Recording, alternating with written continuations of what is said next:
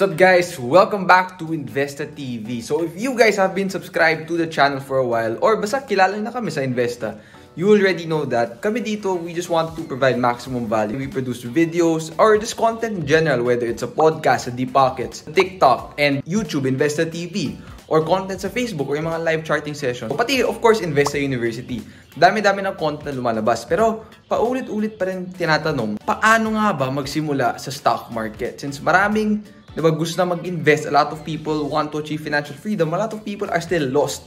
Nakikita nila mga charts, mga breakout, support, resistance, pero di ba talaga alam yung pinaka-basics o ano yung steps dapat para magsimula. So hopefully masagot ko yan lahat in this video. So, for more free stock market lessons, I encourage you guys to subscribe to Investa TV here YouTube channel. Don't forget to, like and comment down below. I'd really appreciate that. And click the bell button for notifications. So, let's get to it.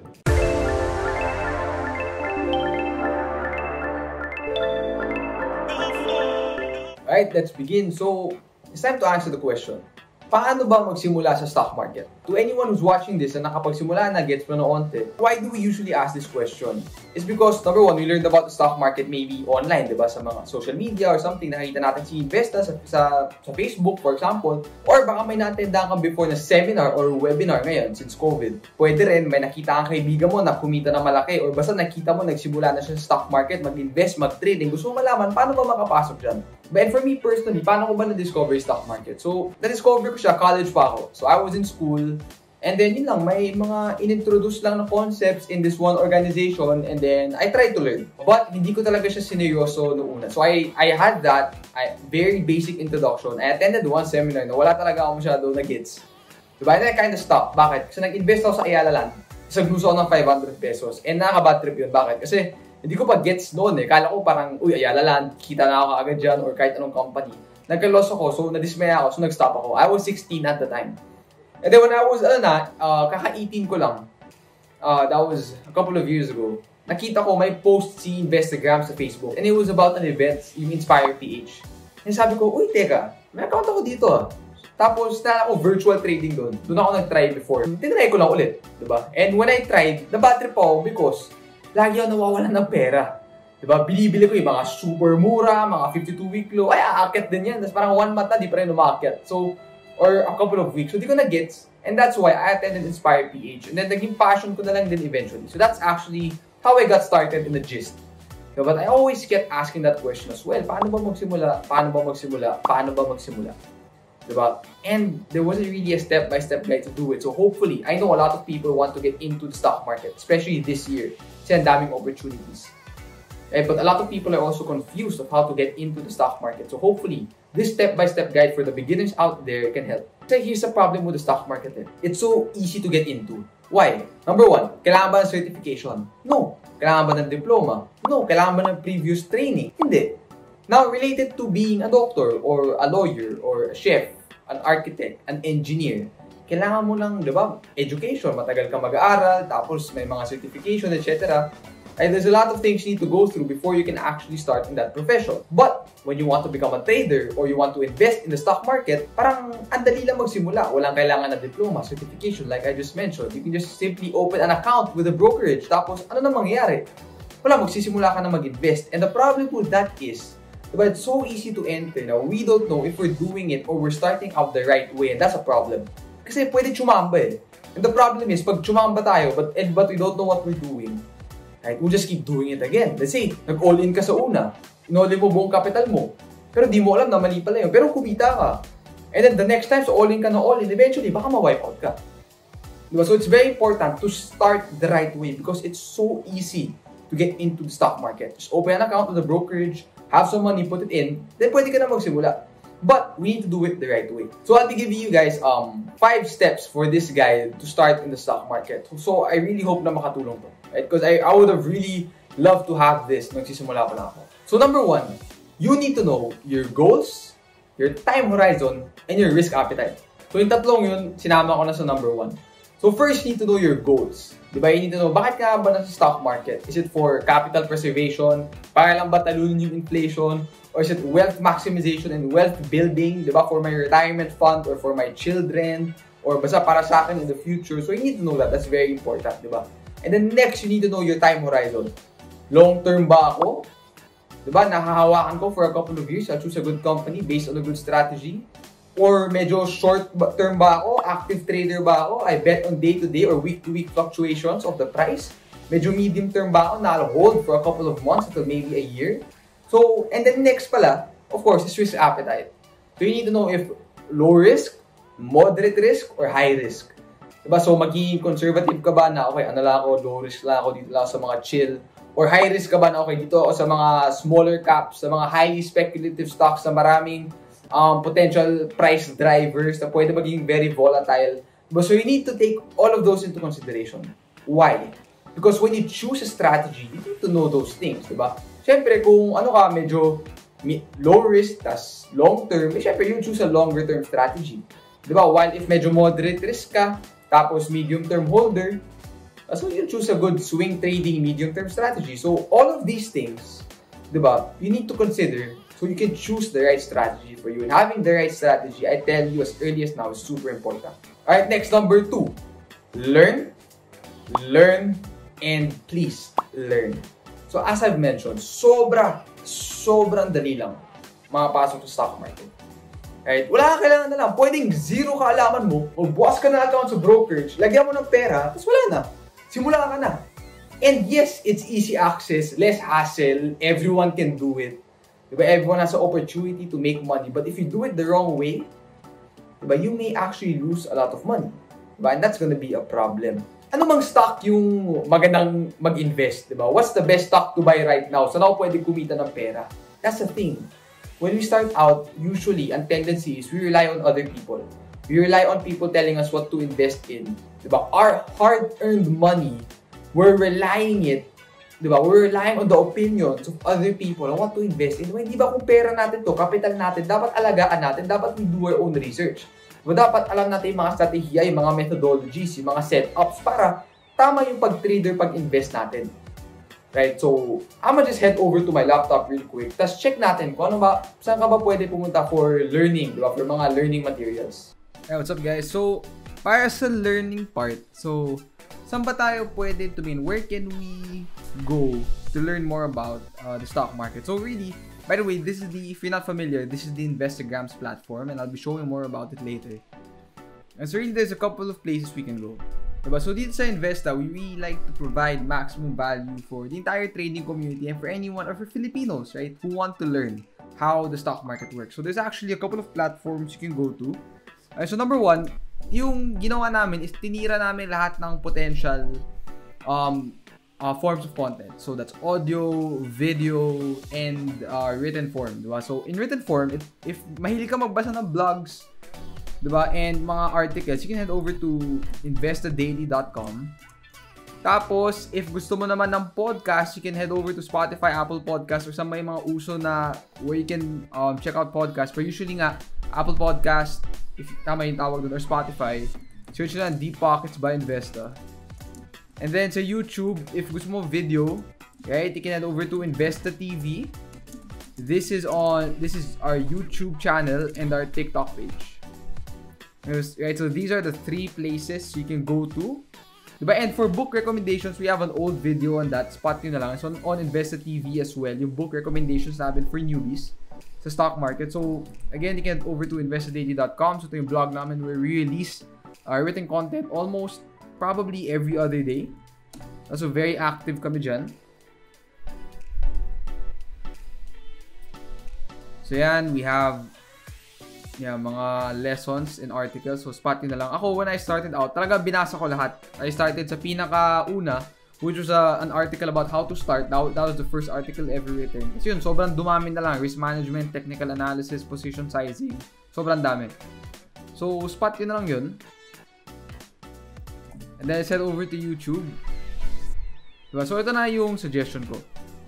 Right? So, by the way, aside from just Investa TV on YouTube, we have a playlist there. Diba? Called InvestaUniversity. Sa InvestaUniversity, doon talaga namin tinuturo lahat. And by the way, that's absolutely free. So, pakita ko sa inyo. So, search nyo sa YouTube, right? Investa TV. So there's our channel. Appreciate if you guys could subscribe as well. And then, check nyo lang yung playlist. And then look for InvestaUniversity. So here. So this is InvestaUniversity. Basically, we really wanted to provide as much value as we can and make it accessible to everyone who wants to learn. So dito talagang sa InvestaUniversity, tinuro namin lahat. It's free stock market courses. Hindi lang siya yung basic, tapos babayad kayo para sa advanced. Dito, starting from basic, level 0 knowledge, diba? Ito, why you invest. By order ito, why you invest.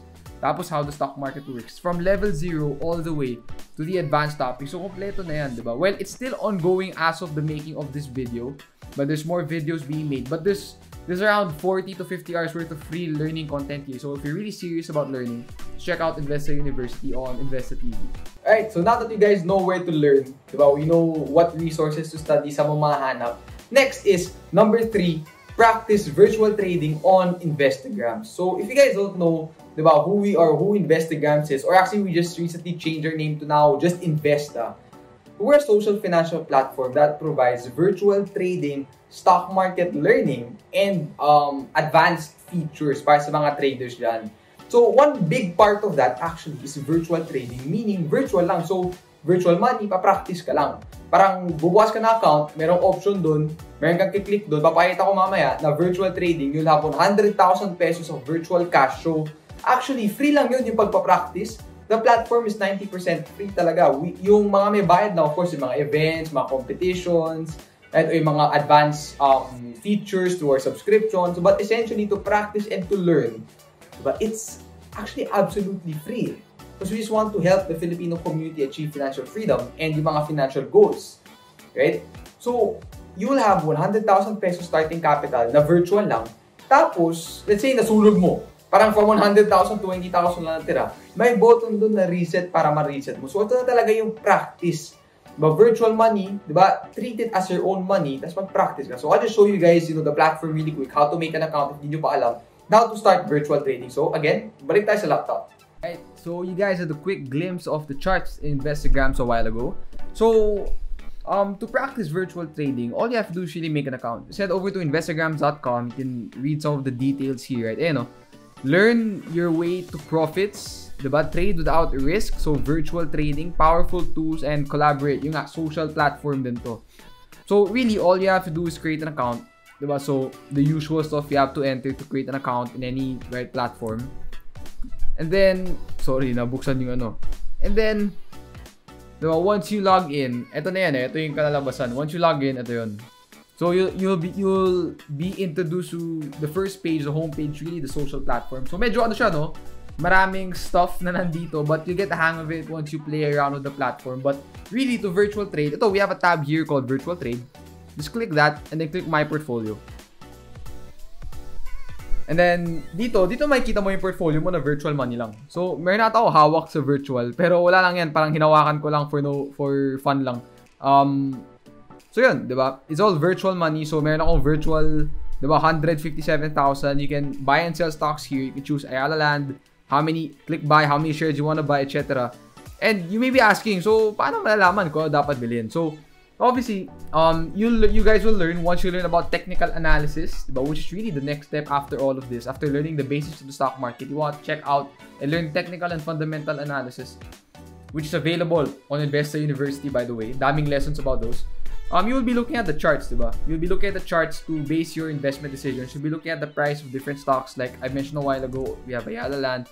And sobrang dami. I won't dwell on it too much, but yeah, this is how you virtual trade sa Investa. So, say you wanna buy Ayala Land, 200 shares, for example lang, click buy, yun na, andyan na. So, and then, real time to, diba? The price fluctuates in the virtual trading as it does in the real market. So, this is all real time as if you're really actually doing it, pero virtual lang, so zero risk. But, take it seriously. So that's how you do virtual trading on Investagrams. Since alam nyo na, di ba, ano yung mga kailangan matutunan, where you can find the resources, like of course InvestaUniversity, and nakabukas na kayo na account sa Investa. Sorry, pumiyok ako, but I will just continue. So nakabukas na kayo na account sa Investa, di ba, and you're starting to try to virtual trade and learn, di ba, the simple strategies.